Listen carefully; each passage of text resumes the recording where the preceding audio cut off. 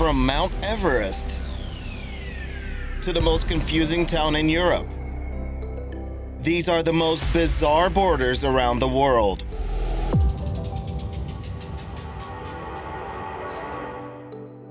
Number 20. Antarctica.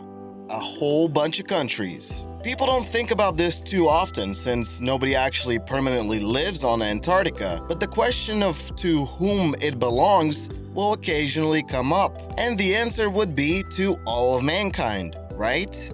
But as countries wanted to claim some of its territory over the years, legally, it belongs to a whole bunch of countries under different terms. Bordering on this snow-covered continent are Argentina, Chile, Australia, New Zealand, United Kingdom, France, and Norway, with the United Kingdom, Chile, and Argentina overlapping on a few places. Just looking at this map provides a better picture of what we're talking about. Kinda gets confusing, huh? There is, however, an unclaimed piece of land. The Antarctica Treaty set the terms to regulate the relations between the countries. Number 19. Gambia, the river country. Gambia is by far the smallest country in Africa, excluding the islands. But what's interesting about Gambia is its shape. Its borders, as a result of British and French rivalry, look as if someone tried to poke through Senegal. The only side where Gambia doesn't border with Senegal is on its small coastal side. Number 18.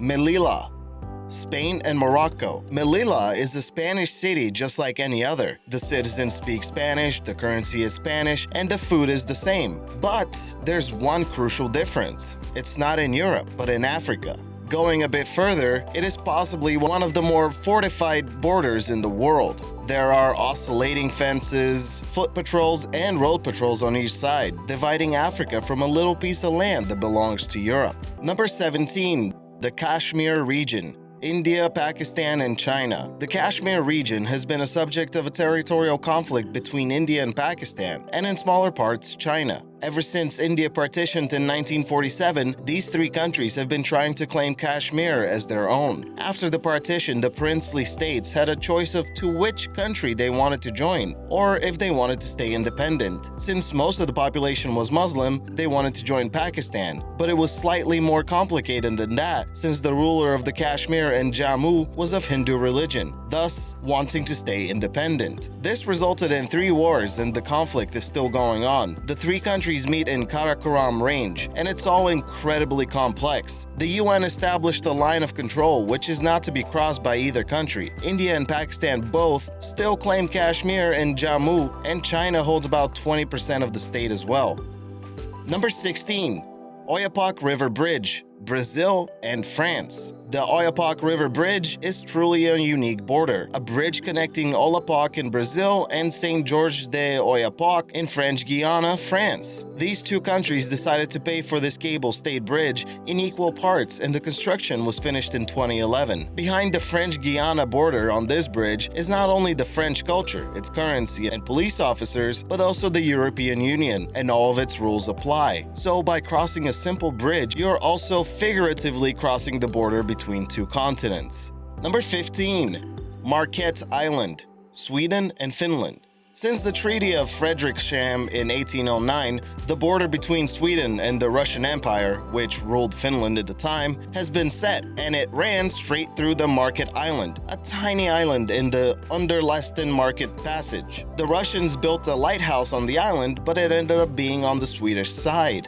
That violation was resolved in 1981 when Sweden gave Finland part of the land equal to the one where the lighthouse was. The borders were drilled in stone, and they are being checked every 25 years since the island is changing its shape due to the powerful force of the sea. And in the future, the borders might change as well. Number 14. Mount Everest, Nepal and Tibet. Even though the tallest peak in the world is in Nepal, Mount Everest is not only a part of Nepal, but China too. And Tibet equals China, China-Tibet, a little too complicated for my tastes. These two countries border on the mountain and its peak itself, making this the highest and the most natural border in the world. There are many border crossings which are used mostly for trade. Some of them, like Kora La, had to be closed due to Tibetan guerrillas in the 1960s, and it still remains closed for most of the year, except for the semi-annual trade fair. So when you climb on top of Mount Everest, are you in China, Tibet, or Nepal? What do you think? Number 13. Republic of San Marino, Italy and the Republic of San Marino. Hidden in the heart of Italy, there lies the world's oldest republic.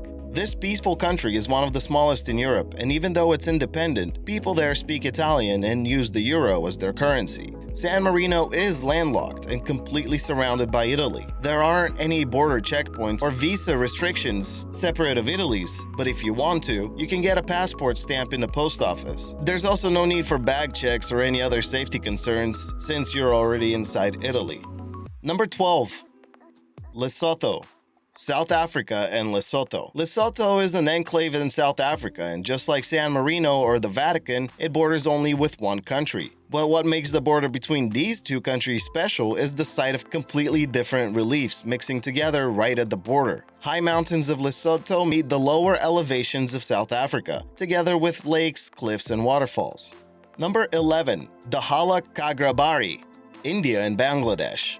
The Holla Kangrabari is an enclave of India. Scholars believe that enclaves were the result of the Mughals' Empire's failed attempt to seize Cooch Behar in the 18th century. This created one of the weirdest borders in the world. It's complex. The Holla is an Indian enclave within a Bangladesh enclave within an Indian enclave within Bangladesh. Even though this might be funny when you first hear of it, it's created many problems for people who live there. For example, if they needed to go to India, they needed a visa. But there was no way to get a visa in the Holla. It was possible only in major cities in India, and the only way they could get there was illegal. Number 10. Gibraltar, the UK and Spain. Gibraltar is the borderline between Spain and the United Kingdom, since Gibraltar is British overseas territory. It's been like this since 1704 when the British seized the territory as part of the War for Spanish Succession. The situation is a bit more peaceful now, but some Spanish people really want to claim Gibraltar, and unfortunately for them, it still belongs to the United Kingdom. The situation is getting more complicated now that Great Britain wants to leave the European Union. Gibraltar will leave it too, and therefore their passage through the borders will be much harder than before. Number 9. Derby Line, USA and Canada. Derby Line is a town divided between two countries, the United States of America and Canada. This wouldn't be all that interesting if the borderline didn't, in fact, go through houses, office buildings, and so on. For example, you could be in Canada when you're in your living room, and if you move to the bedroom, you're in America. One of the buildings like that is Haskell Free Library, an opera house, which had to be built in two countries. Its entrance is in America, but the stage is in Canada. Number 8. Liberty Island, New York and New Jersey, is an exclave of New York in New Jersey waters. It might seem unusual since they are both part of America, but these two states have been disputing over pieces of territory ever since they separated from each other in 1674. New York got the Liberty Island, but New Jersey wasn't going to give it up that easily. But it was soon clear that it was impractical, and New Jersey agreed to give all of the islands to New York, while still collecting revenues from them. Number 7. Mount Roraima, Venezuela, Brazil, and Guyana. Mount Roraima is one of the highest of the Tepuy Plateaus in the Pacaraima chain, and it also serves as a triple border for Venezuela, Brazil, and Guyana. Mount Roraima is actually the highest point in Guyana, but Brazil and Venezuela have their own different highest peaks. Number 6. Basta, Germany and the Czech Republic. Basta is a strange formation of rocks that separate Germany and the Czech Republic. It reaches the height of 305 meters over sea level and 149 meters above the Elbe River. It has been a tourist attraction for a very long time now, and in 1824, a wooden bridge was built in order to link rocks so that visitors can get a better look at their surroundings. We have the Saxon-Switzerland National Park on one side and Bohemian Switzerland on the other. It looks like some setting from a fairy tale, and it truly is a marvelous border. Number 5. Brazil, Paraguay, and Argentina. The spot where Parana River meets Iguazu River marks the borders of these three countries, and it is otherwise known as the Triple Frontier. The population of Triple Frontier is in the three border cities. This is one of the most famous borders in the world, as it's been included in popular media like TV shows and movies. Number 4. The Diomede Islands, USA and Russia.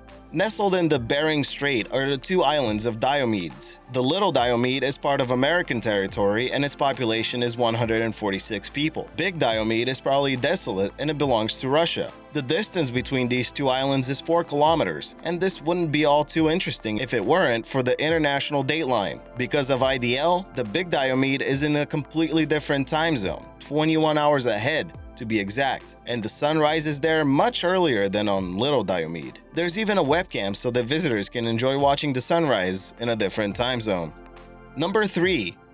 The DMZ, North and South Korea. DMZ stands for Demilitarized Zone, and it marks the borders between North and South Korea. The border is only 258 kilometers long and 4 kilometers wide, and even though the countries are still at war, ceasefire was reached in 1953. Within this zone, there is a joint security area where the two countries meet and negotiate. The DMZ on the North Korean side serves both as a protection from the South Korean forces and to stop North Koreans from leaving North Korea. On a side note, with recent talks between the two nations, maybe the DMZ will no longer be a DMZ, but just a Z. Only time will tell.